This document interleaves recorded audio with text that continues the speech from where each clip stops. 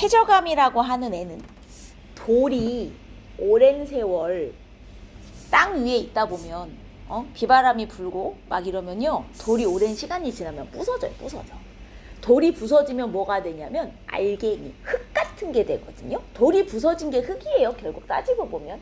근데 이 알갱이들이 자 오랜 세월 쌓이다 보면 얘네가 나중에 단단해져요. 왜냐면 여러분, 여기에 흙 알갱이들이 막 오랜 세월 쌓였어. 이런 걸 이제 퇴적됐다고 합니다. 흙 알갱이가 오랜 세월 쌓이는 걸 퇴적이 되었다 이렇게 얘기하는데, 여러분 위에 쌓이고 또 쌓이고 이렇게 오랫동안 쌓이다 보면 위쪽에 흙이 많이 쌓이면서 아래에 있는 흙이 단단하게 눌려요. 오케이? 왜 우리가 흙을 쌓아놓고 밟고 다니면 애가 단단하게 눌리는 것처럼 오랜 세월 위에 흙이 많이 쌓이면 밑에 있는 애들이 그 위에 쌓인 흙 무게 때문에 애들이 이렇게 단단하게 눌린단 말이죠. 그래서 이게 단단하게 눌리다가 비 같은 게 오면요, 요 흙 사이사이에 빗물이 이렇게 스며들어가가지고 이 알갱이들 중에 물에 잘 녹는 알갱이들이 가끔 있어요. 요 물에 잘 녹는 애들이 빗물이나 아니면 이런 게 강바닥, 물 밑에 이렇게 쌓이는 경우가 많거든. 그래서 물에 잘 녹는 알갱이들이 물에 녹아갖고 요 사이사이에 스며들어서 단단하게 꼭 본드처럼 딱 붙여주는 역할을 하는 거죠. 그래서 이게 오랜 세월이 지나면 얘네가 이렇게 뭉쳐져서 돌멩이가 돼요. 자, 다시. 돌이 뽀개졌어. 그럼 이제 흙이 돼요. 이 흙이 오랜 세월 쌓이다 보면 눌려갖고 단단해지고, 그 다음 사이사이에 본드 같은 애들이 녹아 들어가서 굳어지면 새로운 돌이 되는 거예요. 이해됐습니까? 이렇게 만들어지는 애들을 퇴적암이라 그래요. 그래서 그 3번, 2번에 3번을 먼저 채워보면 퇴적암이 만들어지는 순서가 여기 나와 있잖아요. 자, 퇴적물이 운반된다. 여기서 말하는 퇴적물이 돌이 부서진 알갱이, 흙을 말해요. 돌이 부서진 알갱이.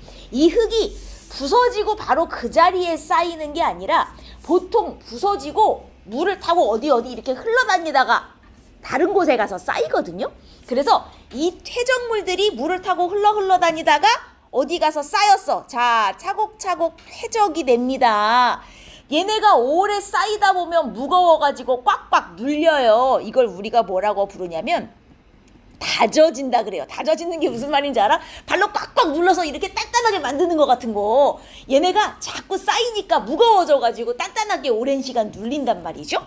다져진 다음에 그 사이사이 빈틈으로 본드 같은 것들이 들어가서 이렇게 단단하게, 실제 본드가 아니라 물에 잘 녹는 성분들이 그 사이에 이렇게 들어가서 단단하게 돌처럼 뭉쳐지게 만들어주는 거야. 이걸 우리가 뭐라고 그러냐면 굳어진다 이렇게 표현을 해요. 그럼 봐봐. 퇴적암이 만들어지려면 순서가 이렇게 돼요.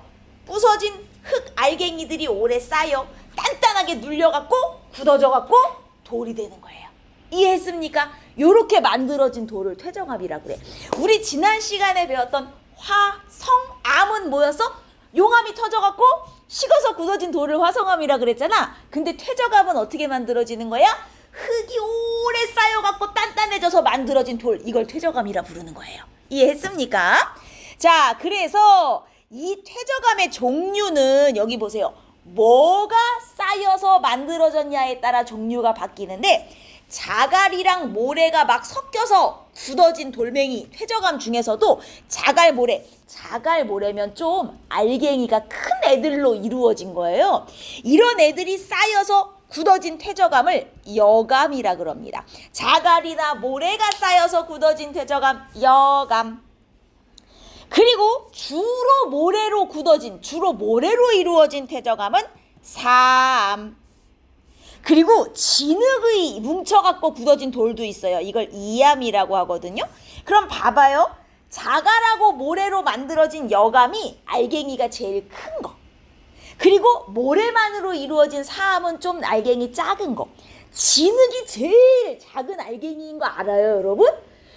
진흙이 뭉쳐서 만들어진, 가장 작은 알갱이가 뭉쳐서 만들어진 게 이암. 그래서 여감이 제일 알갱이 크기가 크고 이암이 제일 알갱이 크기가 작은 퇴적암인 거예요. 이렇게 어떤 알갱이가 뭉쳐서 만들어진 돌인가에 따라 이름이 바뀌고, 그 다음 여러분 석회질 물질이라는 게 있어요. 조개 껍데기 알아요? 조개 껍데기 같은 게 석회질 물질이거든. 이 조개 껍데기가 오랜 세월 가루가 돼가지고 쌓여서 또 돌이 되는 경우가 있는데, 이런 걸 우리가 뭐라고 부르냐면 석회암이다 이렇게 불러요. 이해하셨습니까? 자, 그래서 여감, 삼, 이암은 그 알갱이 크기에 따라서 분류한 거고, 석회암은 석회질 물질이라는 게 굳어서 만들어진 돌인데, 이거 어쨌든 다 종류는 퇴적암에 속하는 거예요. 여기까지 이해했어요? 자, 그러면 우리 돌 종류가 세 가지, 암석의 종류가 세 가지 있다 그랬어요. 화성암, 퇴적암, 변성암. 그 중에서 화성암은 지난주에 했고 퇴적암을 지금 두 번째로 배우고 있는 거잖아. 돌 중에 제가 여기 답을 안 지어놨는데 퇴적암만이 가지는 특징이 두 가지가 있어요. 퇴적암만이. 자, 이 두 가지는 화성암이나 변성암에는 없어. 이거는요, 퇴적암한테만 있는 특징이거든요. 그 중에 1번이 층리라는 건데, 아니 층리가 뭘까? 자, 층리는 이런 거예요. 여러분, 퇴적암이 만들어지는데 오랜 세월 흙이 쌓여갖고 단단해진 게 퇴적암이잖아요. 퇴적암 하나 만들어지려면 시간이 엄청 오래 걸려요. 왜냐면 얘가 돌이 될 만큼 흙이 쌓이는데 엄청 시간이 많이 걸리거든. 자, 그러다 보면 처음에는 예를 들어 여기에 모래가 많이 쌓인 지역이었어요. 근데 어느 날 그 다음부터는 진흙이 쌓이기 시작하고요. 또 오랜 시간이 지났더니 그 다음에 막 석회질 물질이 쌓이기 시작하고, 이렇게 오랜 세월 동안 쌓인 흙이 종류가 여러 종류일 수도 있잖아. 그죠? 아주 오랜 세월 동안 하나의 종류만 흙이 만들어진다는 보장은 없거든. 여러 종류의 흙이 이렇게 번갈아 가면서 쌓이다 보면 얘가 이제 단단하게 눌려져서 나중에 돌이 되잖아요. 그러면 여기는 모래, 여기는 뭐 진흙, 여기는 석회질 물질, 이런 식으로 돌에 줄무늬가 생기는 걸 볼 수가 있어요. 여러 종류의 서로 다른 물질이 차곡차곡 쌓여서 돌이 되니까 이게 나중에 줄무늬처럼 되는 거예요. 그래서 퇴적암에 나 있는 줄무늬를 층리라고 불러요. 이 층리는 퇴적암에만 있어요. 아, 물론 모든 퇴적암에 층리가 다 있진 않아요, 여러분. 층리가 있는 퇴적암도 있고 없는 퇴적암도 있는데, 다른 화성암이나 변성암에는 층리가 아예 없고요, 퇴적암에만 있을 수 있는 거예요. 그러니까 층리가 있으면 무조건 얘는 퇴적암 이렇게 생각을 하시면 되는 겁니다. 이해했습니까? 몇 가지? 자, 그 다음 퇴적암만이 가지는 특징 두 번째, 화석인데, 여러분 화석은 뭔지 알죠?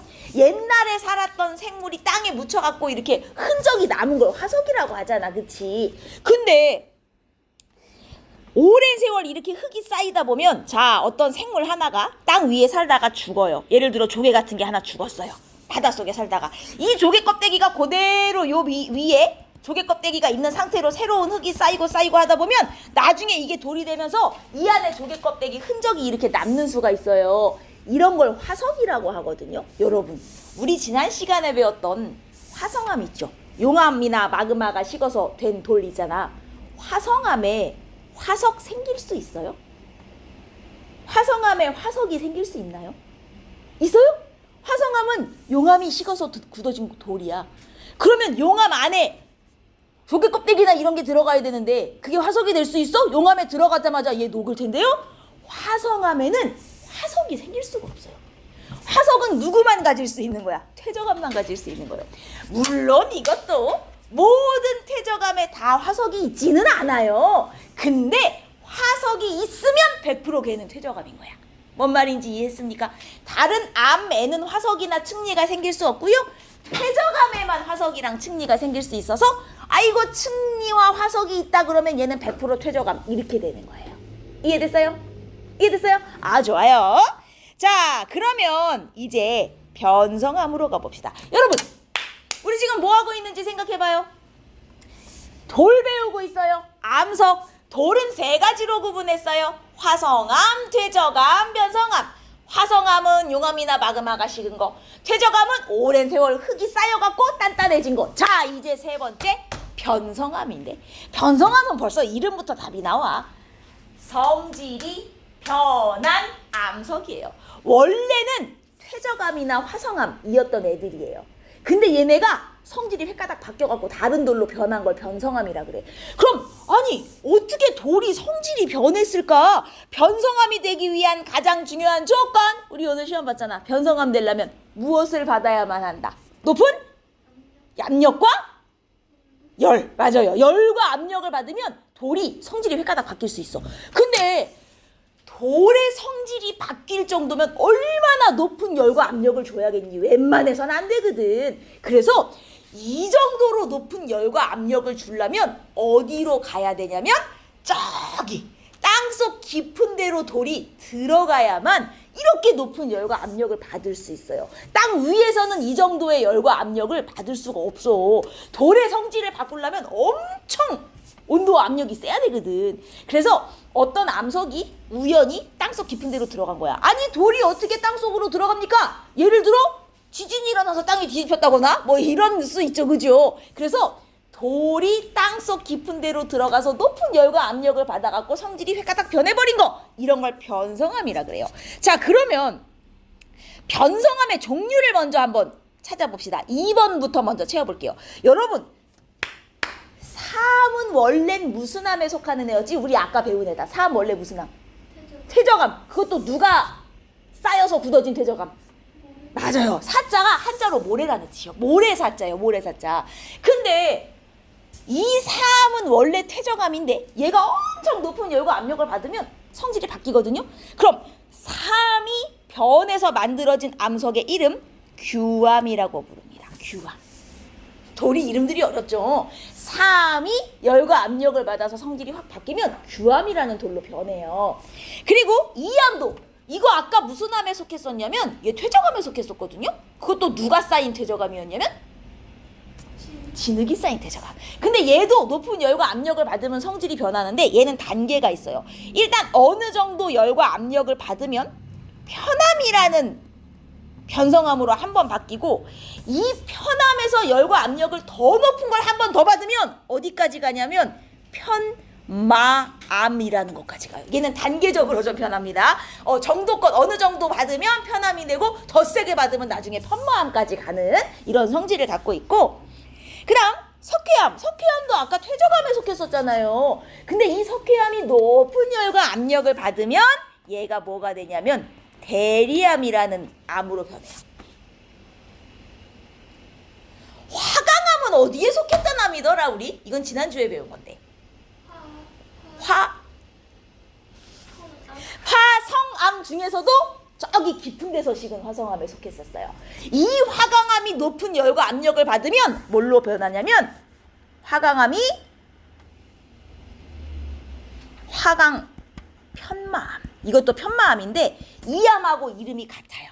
이암이 변성돼도 최종적으로 편마암이 되고 화강암이 변성돼도 편마암이 되고, 이거 뭐 앞에다가 화강편마암 이렇게 붙이기도 하는데, 자 어쨌든 그냥 편마암으로 외워두시면 돼요. 그럼 봐봐. 지금 요쪽에 있는 애들은 변성암이 아니죠. 퇴적암이나 화성암이었던 애들인데 이렇게 변한 후에 이 애들이 다 변성암이 되는 거예요. 구분하겠습니까? 됐어요? 자, 그럼 여러분 아까 전에 퇴적암만이 가지는 특징이 두 가지 있었습니다. 측리하고 화석. 측리하고 화석. 그러면 변성암도요. 변성암만이 가지는 특징이 두 가지가 있어요. 자, 변성암이 가지는 특징 첫 번째, 얘는요. 원래는 예를 들어 모래였던 사암이 저 지하 깊은 곳에서 열과 압력을 받아갖고 성질이 바뀌어서 규암이라는 게 된 거잖아요. 얘네는 안에 들어있는 광물의 성질이 변한다. 광물의 변성. 뭐 이렇게 표현할까요? 안에 들어있었던 광물의 성질이 변했다는 특징을 하나 갖고 있고요. 그 다음 또 하나 이 변성암의 특징이 있는데, 자 이거 잘 보세요. 여기 예를 들어 화강암이라는 애가 있었어. 여러분 화강암 어떻게 생겼는지 알죠? 건물 밖에 이렇게 장식하는 데 쓰는 돌이 화강암 많아요. 색깔이 하얗고 까만 점점이 막 이렇게 있는 돌 알잖아, 그죠? 자, 이게 화강암이에요. 안에 까만 점점이들이 이렇게 박혀 있다고 칩시다. 자, 근데 얘가 엄청 높은 압력을 받아요. 지하 깊은 곳에 들어가서 양쪽으로 꽉 누르는 힘을 받아갖고 얘가 어떻게 되냐면 찌부가 되는 거야. 그래서 얘가 누르는 힘을 받아서 찌부되면 이렇게 길어질 거 아니에요? 찌부되면서 요 까만 점점이들도 같이 찌부가 되면서 이렇게 늘어나요. 뭔 얘기하는지 알겠어요? 그러면서 얘네가 또 줄무늬가 돼요. 아까 퇴저감에도 줄무늬가 있었잖아요. 걔는 어떻게 생긴 줄무늬냐면 여기에 예를 들어 모래 쌓이고 그 다음에 진흙 쌓이고 그 다음에 뭐 석회질 물질 쌓이고 서로 다른 종류의 애들이 층층이 쌓여서 생긴 줄무늬. 이거는 층리, 이거는 퇴저감에 있는 줄무늬고 얘는 줄무늬인데 생긴 방식이 달라. 얘는 돌이 압력을 엄청 세게 받아갖고 찌부돼갖고 늘어나서 생긴 줄무늬예요. 이거는 변성함에 나타나는 줄무늬. 자, 이 줄무늬는 이름을 뭐라고 부르냐면 염리라고 부릅니다. 아까 층리하고는 달라요. 층리도 염리도 다 줄무늬인데 층리는 차곡차곡 쌓여서 생긴 줄무늬고 염리는 눌려서 찌부가 돼갖고 생긴 줄무늬야. 좀 차이를 알겠죠? 그래서 층리는 퇴저감에 있는 줄무늬, 염리는 변성함에 있는 줄무늬. 이게 종류가 좀 다르다. 이해했습니까? 어쨌든 요거는 변성함에만 있는 특징입니다. 아주 좋아요. 자, 그러면 이제 5번으로 한번 가보죠. 여러분, 한 번 퇴저감이 됐어요. 그럼 얘는 영원히 퇴저감인 거예요? 뒷장. 요 5번에 보시면 여러분, 한 번 퇴저감이면 영원히 퇴저감이에요? 다른 암으로 못 바뀌어요? 응? 한 번 화성암이면 영원히 화성암이야? 그렇지 않단 얘기예요. 자, 봐봐요. 예를 들어 여기 변성암부터 한번 시작해 봅시다. 변성암이 있었어요. 이미 성질이 변한 암석이죠. 근데 이 변성암이 밖에서 오랜 세월 굴르다 보면 어떻게 부서져요? 오랜 시간이 지나면 돌은 부서져서 뭐가 돼요? 흙이 돼요. 그래서 이 흙이 어디 가서 차곡차곡 쌓였습니다. 퇴적물이 됐어요. 이게 다져지고 굳어져서 돌이 되면 무슨 암이 돼요? 퇴적암이 돼요. 여러분, 변성암도 오랜 세월이 지나면 다시 퇴적암으로 바뀔 수 있어요. 그래서 이 마그마가 냉각되어서 식어서 만들어진 나는 무슨 암이겠어요? 마그마가 식어서 만들어진 암석. 얘가 화성암이잖아요. 근데 이 화성암도 봐봐라. 얘도요, 오랜 세월 굴러다니다가 부서져서 돌이 돼갖고 퇴적물이 돼서 차곡차곡 쌓였어. 이게 다져지고 굳어지면 무슨 암이 될 수 있어요? 퇴적암이 될 수 있어요. 그러니까 한 번 변성암, 화성암이라고 영원히 그게 가는 게 아니고요. 변성암이나 화성암도 오랜 세월 굴르다가 부서져서 흙이 되면 쌓여서 다시 퇴적암으로 돌아갈 수 있습니다. 그 다음 이번에는 자, 원래 퇴적암이었어요. 원래 퇴적암. 근데 얘가 높은 열과 압력을 받았어. 편성암으로 바뀔 수도 있는 거예요. 그죠? 원래 화성암이었어요. 근데 얘가 또 높은 열과 압력을 받았어. 편성암이 될 수 있는 거 아닙니까? 바뀔 수 있는 거예요. 그리고 원래 퇴적암이었어요. 근데 얘가 땅속 깊은 데 들어가서 녹아가지고 마그마가 돼버렸어. 화산 폭발과 함께 나왔어. 식으면 화성암 될 수 있는 거 아닙니까? 즉 암석들은 서로서로 돌고 돌 수 있어요. 내가 한 번 화성암이라고 영원히 화성암인 건 아니라는 얘기죠. 자, 그러면 A, B, C에 들어갈 과정을 한번 써보면요. 여러분 A 좀 보세요. A는 이 퇴적암이 A라는 과정을 거치면 변성암이 될 수 있네요. 자, 변성암이 되려면 어떤 과정을 거쳐야 하죠? 그걸 어려운 말로 뭐라 그래요? 염리? 그러니까 염리가 생길 만큼 높은 압력이나 열을 받아야 되잖아요. 즉, 변성암이 되기 위한 A는 무슨 과정이냐? 열과 압력을 받는 과정. 그러니까 퇴적암이나 화성암이었는데 열과 압력을 받으면 변성암이 될 수도 있다는 얘기죠. 그 다음 B는 여러분, B는 어디 있냐면 여기 있어요. 퇴적물은 이제 흙이 쌓인 거예요. 퇴적물이 오랜 세월 B라는 과정을 거치면 퇴적암이 될 수 있어요. 그럼 퇴적물이 어떻게 돼야 퇴적암이 됐었죠? 단단하게 다져지고 굳어져야 됐었죠. B라는 과정은 무슨 과정이에요? 퇴적물이 쌓여서 다져지고 굳어지는 과정입니다. 이걸 겪으면 변성암이나 화성암도 퇴적암이 될 수 있어요.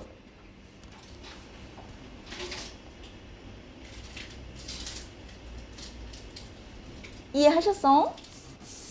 그 다음 C는 또 보세요. C는 뭐가 되는 과정이냐면, 제가 여기 좀 지우면 C는 이 암석이나 요 암석이 C라는 과정을 거치면 퇴적물, 즉 흙이 될 수 있네요. 어떤 과정을 거쳐야 흙이 되는 거예요? C. 오랜 세월 땅 위에서 굴러다녀서 부서져야 되죠. 우리 이렇게 땅 위에서 굴러지면서 부서지는 걸 뭐라 그럽니까? 어려운 말. 풍화, 침식, 뭐 이런 식으로 표현을 해요. 풍화와 침식을 오래 겪으면 돌이 부서져서 흙이 될 수 있고요. 이 흙이 쌓여서 다시 단단하게 굳으면 퇴적물이 되는 거예요. 이해하셨습니까? 그래서 어떤 과정을 겪으면 하나의 돌이 다른 종류의 돌로 변할 수 있단 말이에요. 열과 압력을 받으면 변성암이 될 수 있고, 부서져서 풍화 침식을 받으면 흙이 되었다가 그게 단단하게 다져지고 굳어지면 퇴적암이 될 수 있고, 이런 식으로 바뀔 수 있는 거예요. 이해했어? 자, 그러면 가나에 들어갈 암석 종류는 아까 채웠어요. 가는 퇴적암, 나는 화성암이었죠. 그래서 얘는 퇴적암, 얘는 화성암, 이거였고. 자, 그럼 암석을 이렇게 변성암, 퇴적암, 화성암으로 나누는 기준, 이거 지난 시간에 했잖아. 암석을 세 종류로 나누는 기준, 뭘 기준으로 나눈 거야? 맞아요. 어떻게 만들어졌냐? 암석의 생성 과정 혹은 생성 원인, 이렇게 표현해요. 어떻게 만들어졌냐에 따라 이렇게 세 가지로 나눌 수 있고, 한 암석은 나중에 다른 암석으로 바뀔 수도 있구나. 이렇게 암석이 돌고 도는 걸 암석의 순환이라 그래요. 순환. 어떤 적당한 조건만 잘 맞으면 하나의 암석이 다른 암석으로 바뀔 수도 있어. 암석이 순환될 수 있다. 이렇게 얘기하는 거예요. 자, 아주 좋습니다. 그 다음 이제 6번으로 가시면 여기서부터는 풍화로 가요. 여러분, 풍화가 뭐예요? 풍화. 돌이 오랜 세월 부서져가지고 흙이 되는 걸 풍화라 그럽니다. 그럼 가만히 있는 돌이 왜 부서지는 거예요? 자, 돌이 부서지는 원인이 굉장히 여러 가지야. 여러분들이 풍화의 이 풍자가 바람 풍자라서 바람에 의해서 돌이 부서진다고 생각하는데, 이 풍화는 그 뜻이 아닙니다, 여러분. 돌이 부서질 수 있는 원인은 되게 많아요. 여러 가지가 있어요. 꼭 바람에 의해서 부서지는 게 아니에요. 그럼 돌이 부서질 수 있는 원인에 뭐가 있냐? 풍화에 될 수 있는 원인. 여러분, 우리가 풍화가 되면 돌이 부서져서 흙이 된다라고 얘기하는데, 이게 단순히 힘으로 뿌개가지고 흙이 되는 경우도 있지만, 이 암석이 어떤 화학적인 반응을 해가지고 성질이 다른 걸로 변해버리는 것도 풍화라고 부르거든요. 그래서 힘을 받아서 뽀개져가지고 흙이 되는 것도 풍화고요. 암석의 성분이 변해가지고 부서지는 것도 풍화예요. 보통 암석이 성질이 변하면 얘네가 좀 약해지거든. 그래서 성질이 변하면 부서지기 쉬워져요. 힘으로 뿌개는 것도 풍화, 화학적인 반응으로 성질이 변하는 것도 풍화. 그러면 어느 경우에 암석이 부서지고 어느 경우에 암석의 성질이 변하냐? 자, 원인에 대해서 지금 몇 개 적어둔 거예요. 암석이 부서지는 요인, 첫 번째, 제일 중요한 요인, 물입니다. 물. 아니, 물이 어떻게 돌을 부술 수 있습니까? 자, 여기에 돌이 큰 바위가 있었는데, 이 바위에 이렇게 틈이 몇 개 있는 거예요. 이렇게 조그맣게 틈이 나 있는 거예요, 바위에. 자, 여기 비가 왔어요. 요 안에 물이 이렇게 찰랑찰랑 고인 거야. 요 안에 물이 고였어요. 날이 추워졌어. 저 물이 얼어요. 어이쿠, 우리 중1 때 물은 얼면서 부피가 어떻게 된다? 커진다. 기억납니까? 페트병에 담긴 물 냉동실에 빵빵 얼리면 애가 이렇게 뚱뚱해지는 거 알죠? 물은 얼리면 애가 부피가 커져요. 그래서 요 안에 들어간 물이 얼면요, 부피가 커지면서 이 돌을 막 밀어요. 그러다가 또 녹았다가 또 밤에 얼어갖고 또 얘가 부피가 커져서 막 밀고, 이게 여러 번 반복되잖아요. 돌이 약해져 찌지지직 이렇게 쪼개집니다. 물이 생각보다 힘이 되게 세요. 그래서 물이 얼면서 부피가 증가하면서 돌을 뽀갤 수 있어요. 그래서 물 때문에 돌이 이렇게 부서지는 경우가 있고요. 그 다음 땅속의 암석. 자, 여러분, 여기 돌이 하나 있었는데 이게 원래는 땅속 깊은 데 묻혀있던 돌이었어요. 근데 오랜 세월 동안 이 위에 있는 땅이 깎여갖고 점점점 땅이 이렇게 얕아지는 거야. 깎여 나갈 수 있거든요. 자, 땅이 얕아져가지고 나중에는 땅속에 묻어있던 돌이 밖으로 나왔습니다. 그럼 무슨 일이 일어나는지 알아요? 여러분, 땅속에 묻혀있을 때는 위에서 흙이 막 세게 눌러요. 그래갖고 꽉 누르는 힘을 받고 있다가 이게 없어지고 얘가 밖으로 나오잖아요? 누르는 힘이 없어졌죠. 얘 어떻게 될 것 같아요? 눌림을 받고 있다가 누르는 힘이 없어지면 애가 이렇게 부풀어 올라요. 근데 이거 단단한 돌이잖아요. 이게 부풀어 오르면서 어떻게 찌찌찌찌 갈라지는 거야. 이러면 금이 가서 부서질 수 있어요. 우리가 이걸 뭐라고 그러냐면 땅속에 있던 돌이 밖으로 나오면서 압력이 어떻게 되는 거예요? 커진 거야, 작아진 거야? 아니죠.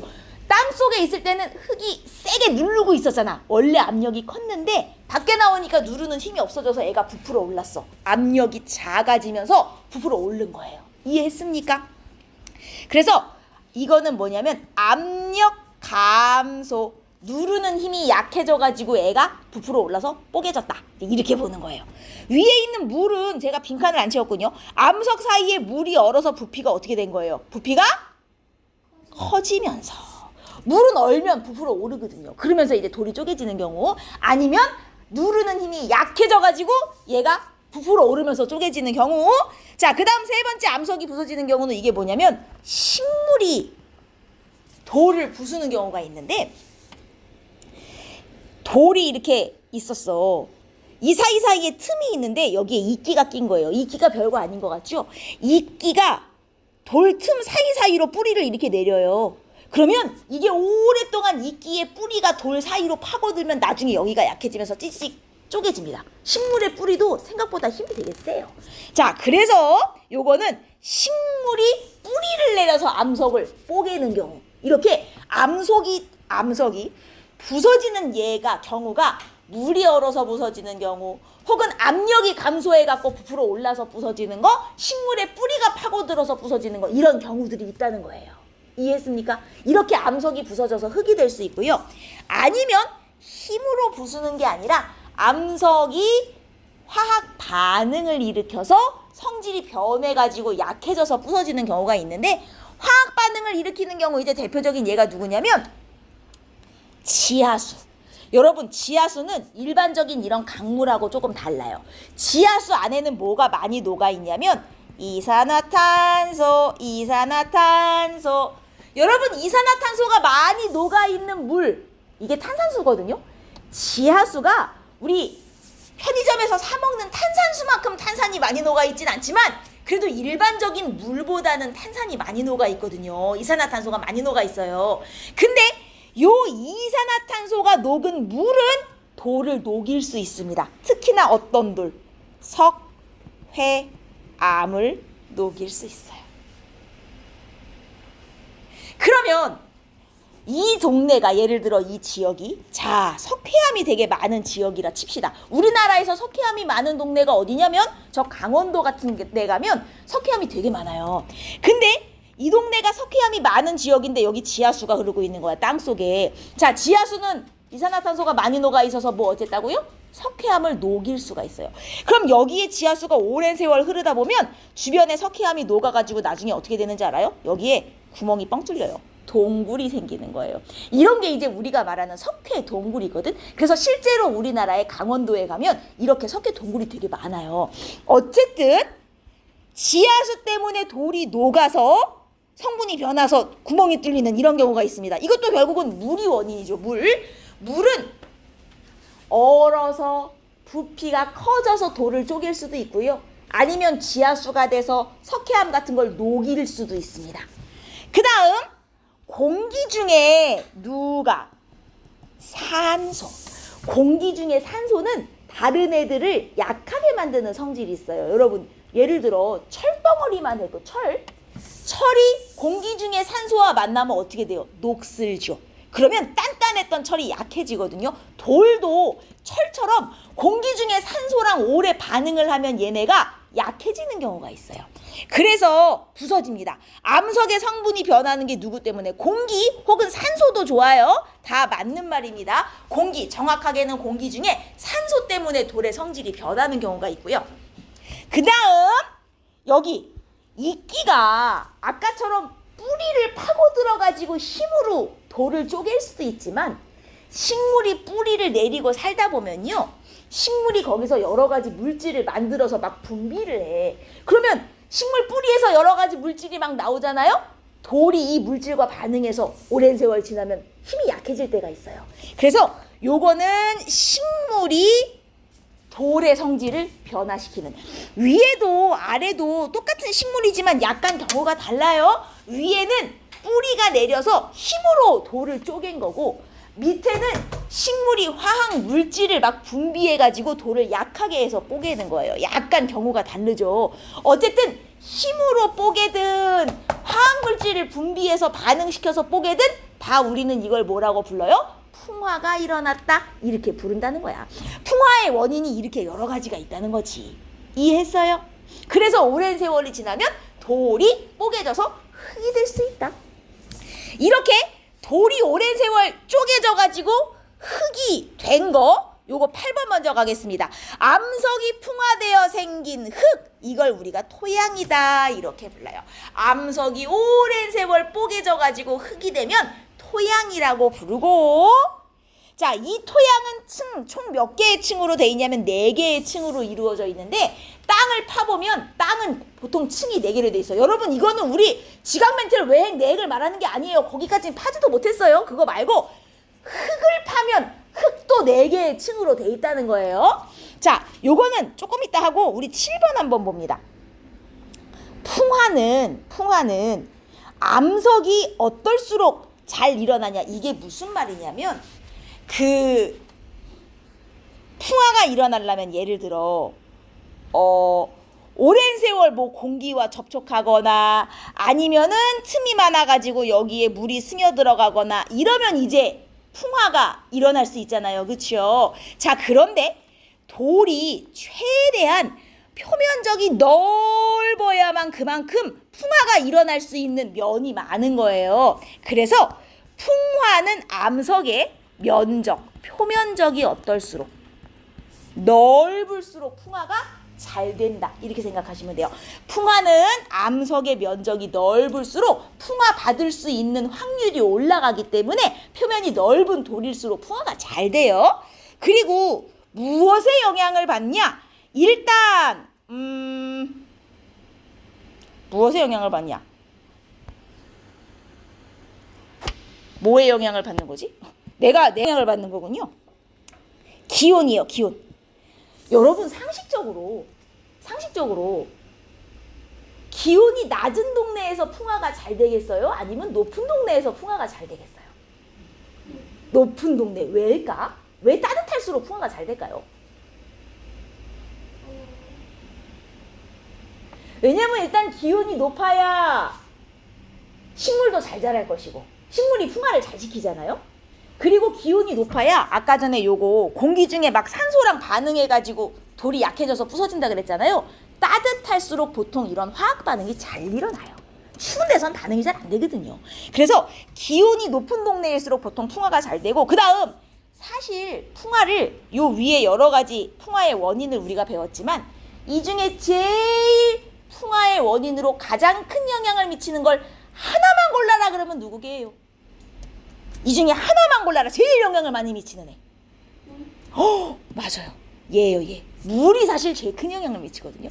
그러면 뭐가? 비가 많이 와야 돼요. 강수량. 비가 많이 오는 동네일수록 물이 많아서 풍화가 될 확률이 올라갑니다. 그래서 기온과 강수량의 영향을 받는다 이렇게 생각하시면 되고, 자, 이렇게 만들어진 흙은 여기 보세요. 땅을 파고 들어간 거예요. 여기 무슨 지각 멘틀 외행 내액 아니에요. 여기 전부 다 지각이에요. 흙 파고 들어간 거예요. 흙을 파고 들어가면 이렇게 층이 4개가 되는데, 여러분 이 4개의 층이 이름이 다 원래 있으나 이름까지 외울 필요는 없고, 여러분 원래 여기 밑에 D층 보세요. 여기 보면 거의 풍화가 안 된 돌이죠, 돌. 자, 원래는 이 위에 층이 없고 뒤층 돌만 있었어요.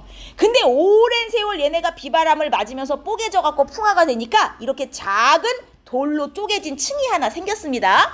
원래는 돌만 있는 층이었는데 이게 쪼개져 가지고 작은 돌멩이들이 됐어요. C층이 되고, 이 C층이 더 오래 풍화를 받아 갖고 더 쪼개지면 이제 완전 흙, 여러분 A층이 되는 거예요. B가 쌓이는 게 아니에요. 원래는 D층 돌이 있다가 이 돌이 풍화를 받으면 좀 작은 돌멩이로 쪼개져 갖고 C층이 됐다가 이게 더 풍화를 받으면 아주 작은 흙이 돼서 A층, 원래 여기까지 쌓이고, 그럼 중간에 B층은 어떻게 생긴 거냐? 자, A층까지 생겼는데 여기에 비가 내린 거야. 비가 이 동네에 비가 내리면 요 흙 사이사이로 빗물이 스며들어요. 그럼 봐요. 같은 A층에 있는 흙 중에서도 유난히 가벼운 흙들이 있습니다. 그러면 빗물이 사이사이로 스며들면 이 중에 가벼운 애들이 물과 함께 쓸려 내려가서 요 밑에 쌓이는 거예요. 그래서 A층에 있는 애들 중에서도 더 가볍고 작은 애들이 빗물과 함께 스며들어갖고 쌓여서 만들어진 층이 B층이에요. 그러니까 이게 진짜 웃긴 게 쌓여있는 순서랑 만들어진 순서가 달라요. 뭔 얘기인지 알겠어요? 쌓여있는 순서는 DCBA잖아요. 근데 만들어진 순서는 누가 제일 먼저 만들어졌어? D가 제일 먼저 만들어지고 그 다음 C가 그 다음에 생기고 세 번째로 생긴 층이 누구인 거예요? 그죠? A층이 세 번째로 생긴 다음 두 번째에 있는 B층이 마지막에 생기는 거예요. 그래서 B층은 오히려 A층보다 더 작고 가벼운 흙으로 돼 있습니다. 빗물에 쓸려 내려온 애들이 밑에 쌓인 거예요. 무슨 말인지 이해돼요? 자, 그러면 여러분, 나이가 많은 땅일수록 B층의 두께는 어떻겠구나? 더 두껍겠구나. 왜냐? 그만큼 비가 많이 와서 그만큼 더 많은 물질이 밑에 쌓였을 거 아닙니까? 나이가 적은 땅은 B층이 얇아요. 나이가 많은 땅일수록 2층이 두꺼워져요. 그래서 땅은 쌓여있는 순서와 만들어진 순서가 다르다. 이거를 잘 기억해 두셔야 돼요. 알겠어요? 쌓인 순서랑 만들어진 순서가 달라요. B가 제일 마지막에 생기는 거예요. 오케이. 자, 여러분 여기는 여러분 지구에 있는 땅이 제자리에 계속 멈춰 있는 게 아닌 건 알아요? 땅이 움직이는 거 압니까?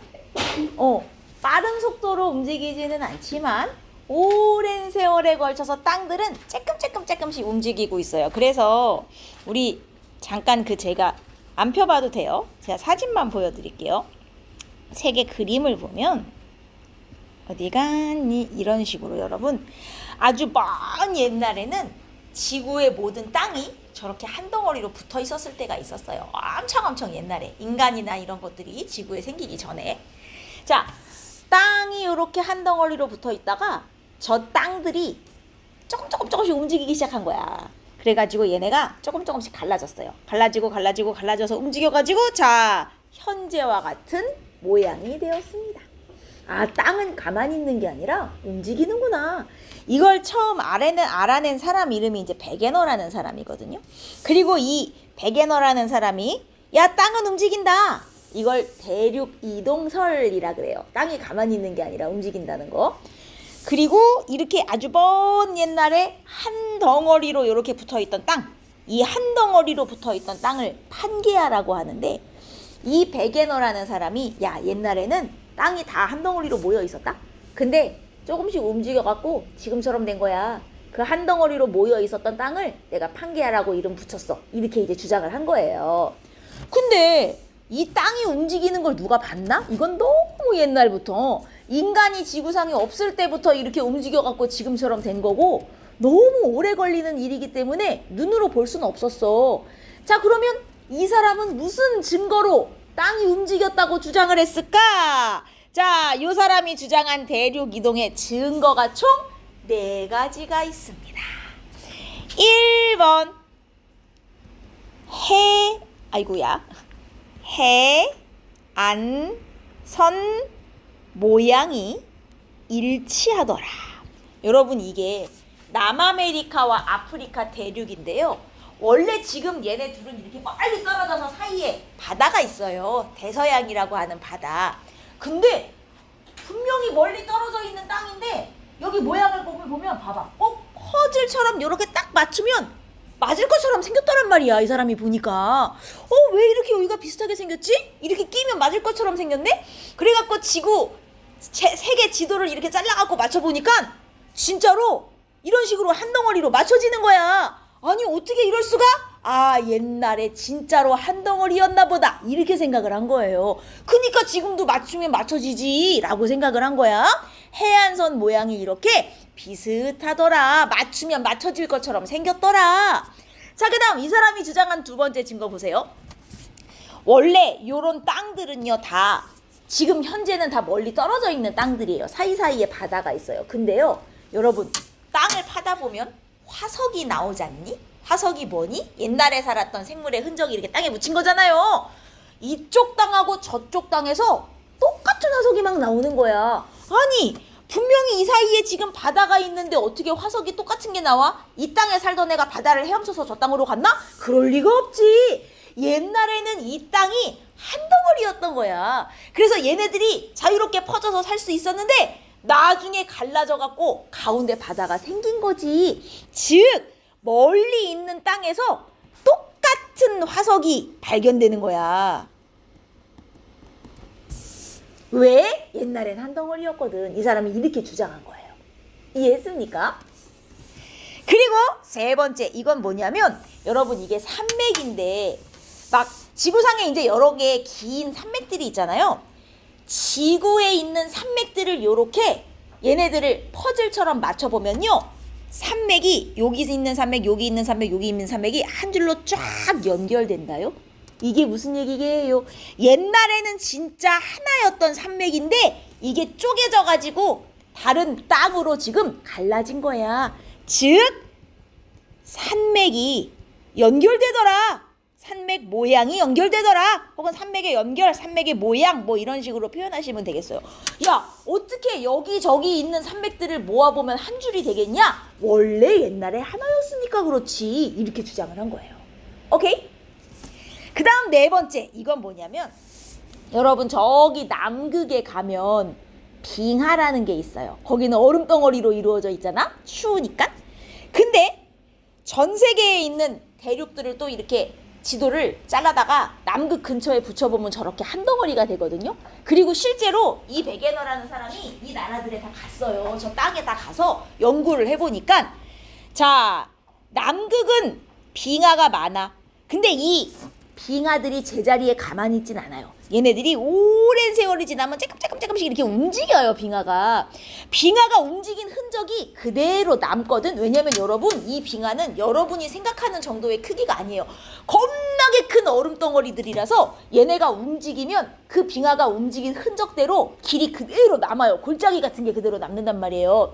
요 빙하가 움직인 흔적이 남극을 중심으로 이렇게 얘네를 붙여보면요. 이 빙하 움직인 흔적이 다 한 줄로 연결돼요. 이렇게 남극을 중심으로 이렇게 움직인 흔적이. 야 어떻게 이게 가능하냐? 옛날엔 한 덩어리였으니까 저렇게 빙하들이 움직였던 거야. 이렇게 주장을 해요. 그래서 이거는 빙하 이동 흔적을 보고 이 사람이 또 주장을 한 거예요. 그래서 요 사람은 옛날엔 땅이 한 덩어리였는데 다 갈라져서 조금씩 움직여갖고 지금처럼 된 거야. 증거로는 이렇게 네 가지가 있어. 이렇게 주장을 한 거죠. 이게 베게너의 대륙 이동설이에요. 그리고 옛날에 이렇게 한 덩어리로 모여 있었던 큰 땅 아까 뭐라고 불렀다고요?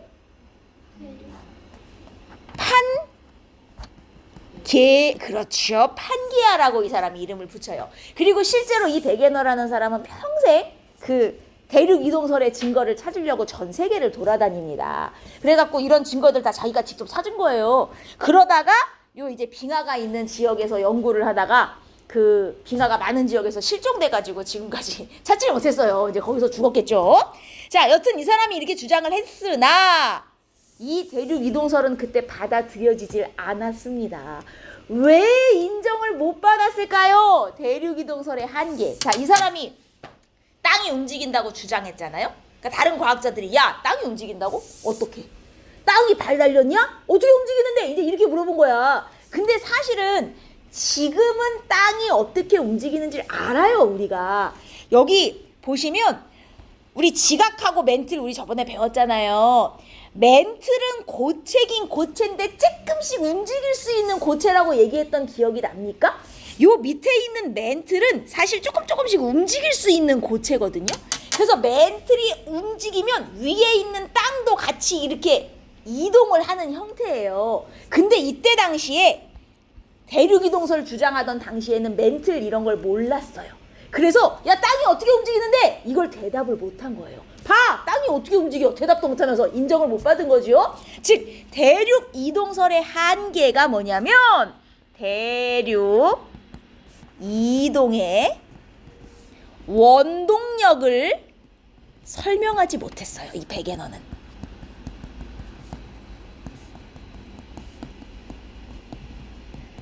땅이 움직였다는 증거는 여러 개 찾아왔는데 어떻게 움직였는지는 설명을 못한 거예요. 왜냐하면 그때 당시엔 멘틀이라는 걸 몰랐거든. 그래서 인정을 못 받았어요. 이 사람 죽을 때까지.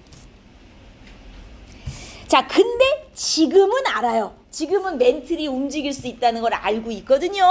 그리고 쓰셨습니까?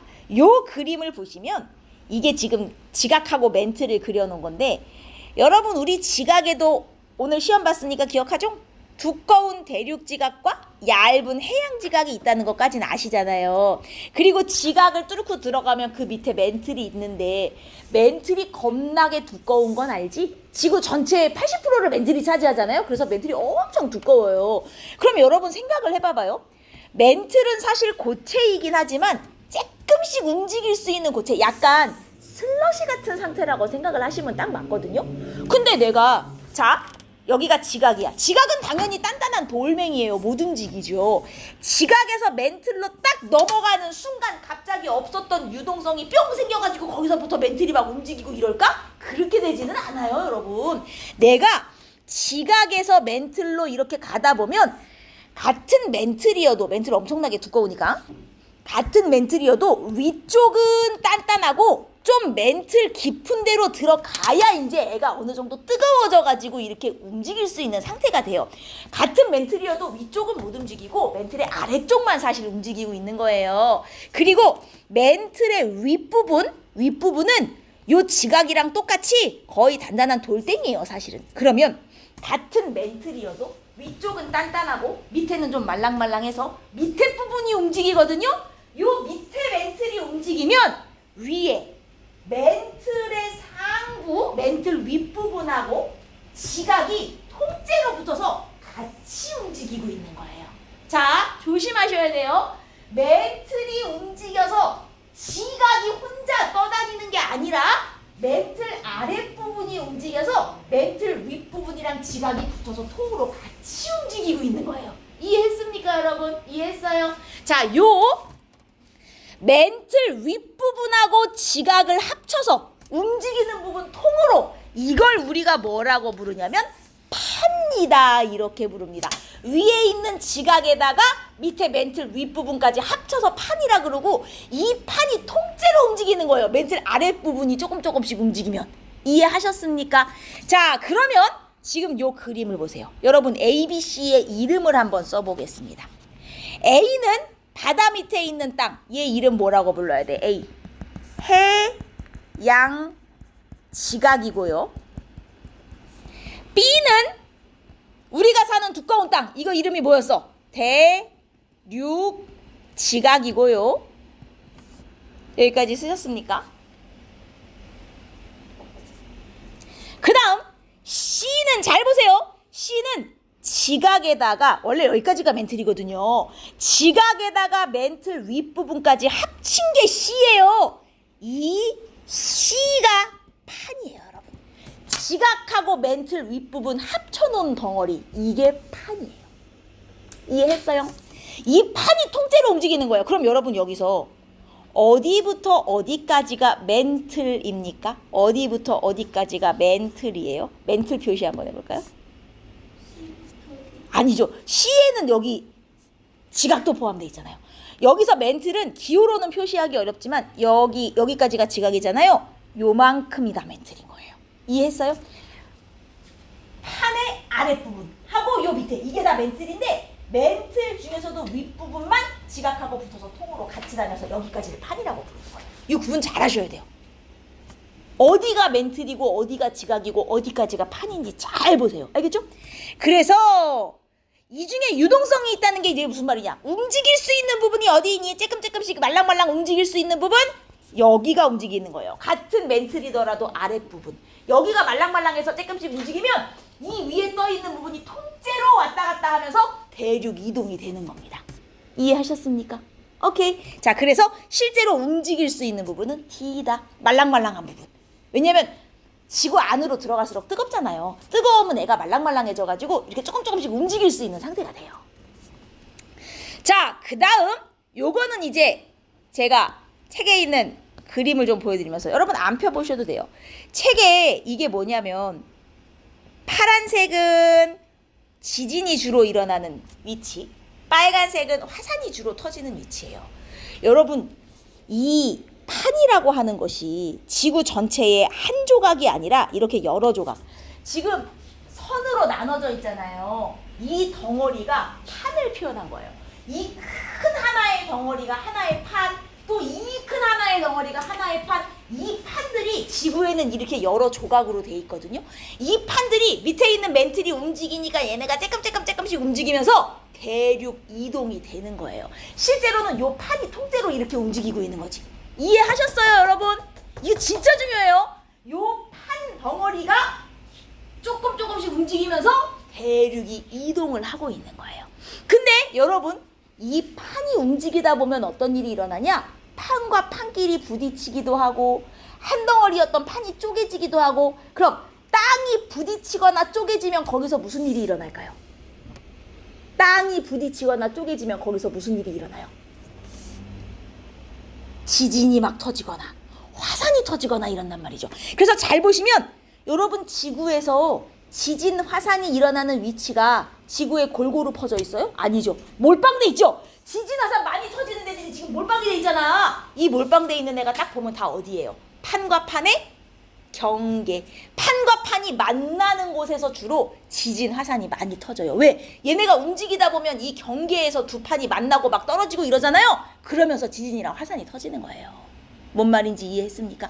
즉, 자, 다시 돌아가 보면 화산 활동이 주로 많이 일어나는 지역을 우리가 뭐라고 부르냐면 화산대라고 불러요. 화산 많이 터지는 동네. 지진이 많이 일어나는 지역은 지진대라고 부르는데 100%는 아니지만 화산대랑 지진대가 거의 비슷하거든요. 아까 그림을 보면. 그 이유가 화산대랑 지진대가 주로 어디에 몰려있기 때문이에요. 판에, 경계에 몰려있기 때문이에요. 판과 판이 만나는 곳에서 주로 화산이랑 지진이 많이 터진다. 그래서 거기서 그 화산이랑 지진이 많이 일어나는 요 화산대와 지진대가 이 판의 경계에 이렇게 몰려있다 라는 겁니다. 판들이 움직이다 보면 거기서 만나니까. 이해하셨어요?